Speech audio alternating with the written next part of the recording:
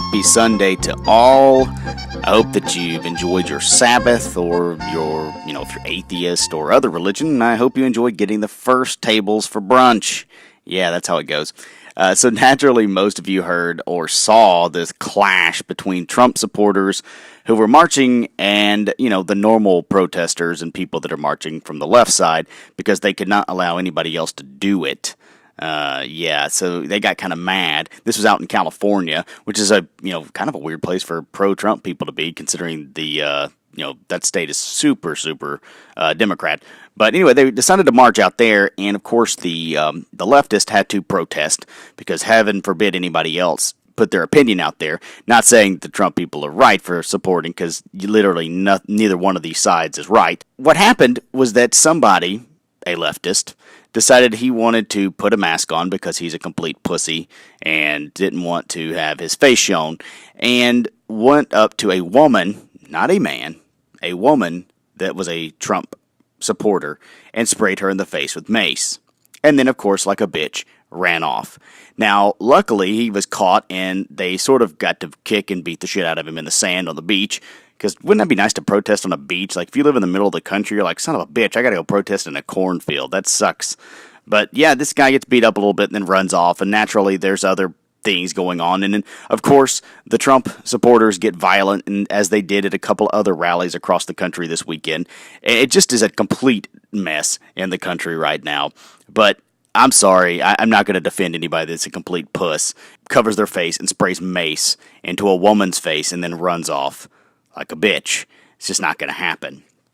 But, I don't understand what either one of these groups is trying to accomplish with all these rallies and these protests and anything, the marches. Now, I guarantee you that no one's opinion has been swayed by watching people march, hold signs, and yell. Nobody. I mean, whatever your opinion is on either side, politically or socially, it doesn't matter, because pretty much you've already made up your mind regardless of how many rallies and protests happen. That's just the way that it is. So the way to swing support and actually make a difference is to present compelling arguments and facts, which seem to be lost on everyone these days. And neither of these sides seem to be willing or maybe just capable of doing this. So it's just baffling to me.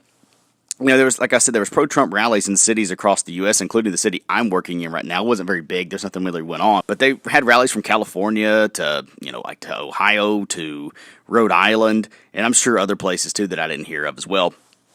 And naturally, the left believes that they're the only ones that can have any kind of these protests, because they're the ones, I guess, that are being oppressed because they have a Republican president now and Trump's going crazy, and good God, what a disaster the healthcare thing was. But I'm not even going to get into all that mess. But we live in a special time of tolerance and inclusion, don't we? But also, the U.S. actually wasn't the only country where citizens took to the streets this weekend.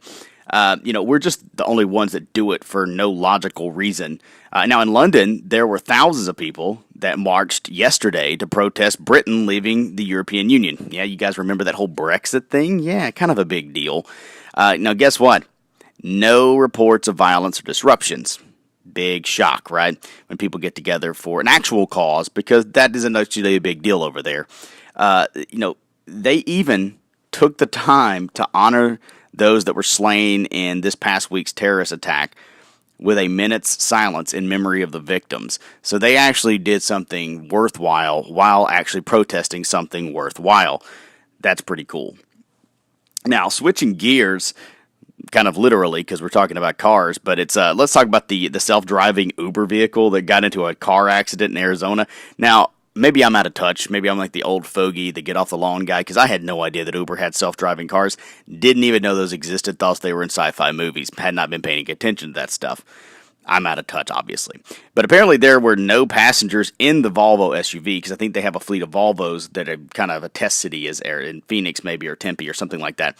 Now, nobody was in there at the time when it was struck by a human driver driving a car, and then the SUV flipped onto its side. Now, how shitty of a driver do you have to be when an empty car navigates the roads better than you do? My God. They failed to yield, apparently, for the driverless car. Maybe they're just shocked. They're like, that car's moving and there's no one in it. I guess I could see that logic too, but I don't think this was the case. So, needless to say, the person at fault was an actual human driver hitting a car that nobody was actually in. Literally nobody. But my thing is, it's like pretty sure that when the the Uber driver, the Uber car got on its side, it still was able to pick up its driver or its rider in a faster paced time than most of the Uber drivers that I encounter these days. It's crazy. And I'm going to leave you with a pretty interesting thought. It's kind of a serious show today, not as much comedy in it, but I want to leave you with a great quote from kind of an unusual but oddly appropriate source when you think about it. Now, we gripe a lot about how today's kids are turning out to be kind of entitled brats, especially if you look at a lot of the college students and their safe spaces and all these things where they just can't handle life in general. But where should the blame ultimately go? We always think about that like, oh, well, they're just growing up to be bitches. And that's true. They are kind of. A lot of these kids are. But University of South Carolina head basketball coach Frank Martin, now he's led his team to an improbable run to the Elite Eight in the NCAA tournament, had this to say about today's youth. You know what makes me sick to my stomach? When I hear grown people say that kids have changed. Kids haven't changed. Kids don't know anything about anything. We've changed as adults. We demand less of kids. We expect less of kids.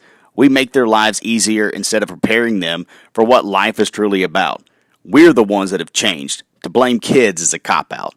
That is an incredible quote by a basketball coach, who actually deals with molding today's youth, young men, every single day, often from rough backgrounds.